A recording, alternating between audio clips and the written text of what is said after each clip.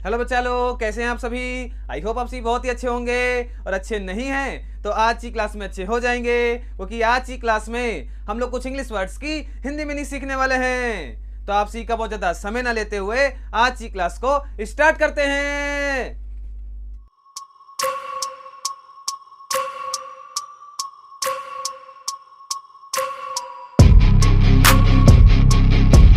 तो बच्चा लोग, आप सभी हेडिंग डालेंगे वोकैबुलरी।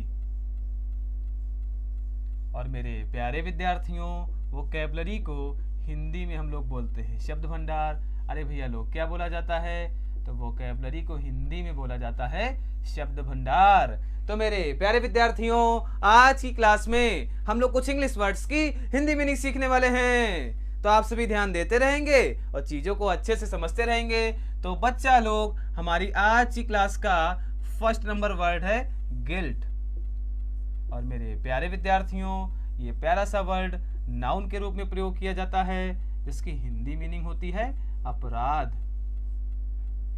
इसी के साथ में अगर बात करी जाए सेकंड नंबर वर्ड की, तो प्यारे बच्चों सेकंड नंबर है ग्रोथ। ये भी बच्चा लोग नाउन के रूप में ही प्रयोग किया जाता है, जिसकी हिंदी मीनिंग होती है विकास।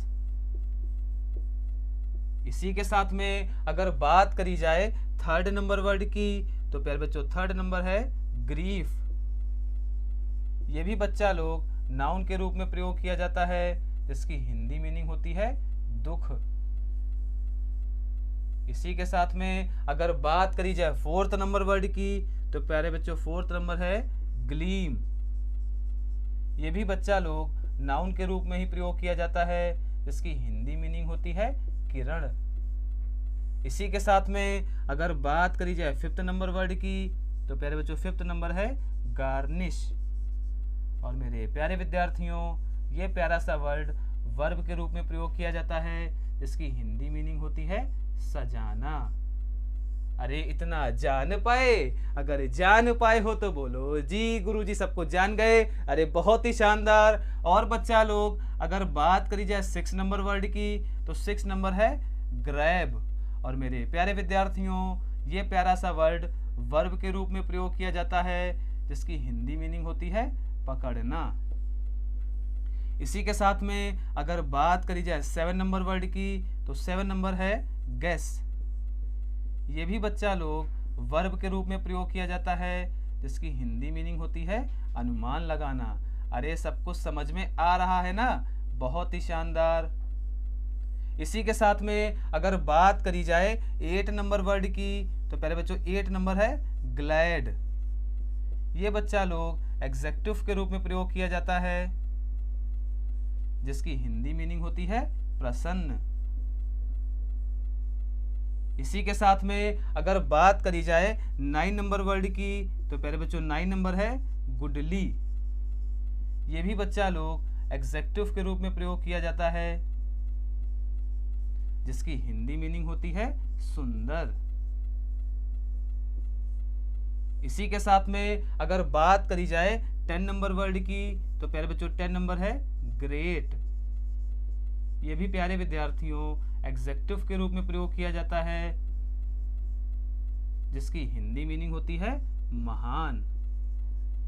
तो मेरे प्यारे विद्यार्थियों, मैंने जितनी भी इंग्लिश वर्ड्स की हिंदी मीनिंग बताई, आप मेरे साथ में बोलते रहेंगे और रिवाइज करते रहेंगे। तो बच्चा लोग, हमारी आज की क्लास का फर्स्ट नंबर वर्ड है गिल्ट, जो कि प्यारे बच्चों नाउन के रूप में प्रयोग किया जाता है, जिसकी हिंदी मीनिंग होती है अपराध। इसी के साथ में सेकंड नंबर प्यारे बच्चों है ग्रोथ। ये भी हमारा नाउन के रूप में प्रयोग किया जाता है, जिसकी हिंदी मीनिंग होती है विकास। इसी के साथ में थर्ड नंबर प्यारे बच्चों है ग्रीफ। ये भी हमारा नाउन के रूप में प्रयोग किया जाता है, जिसकी हिंदी मीनिंग होती है दुख।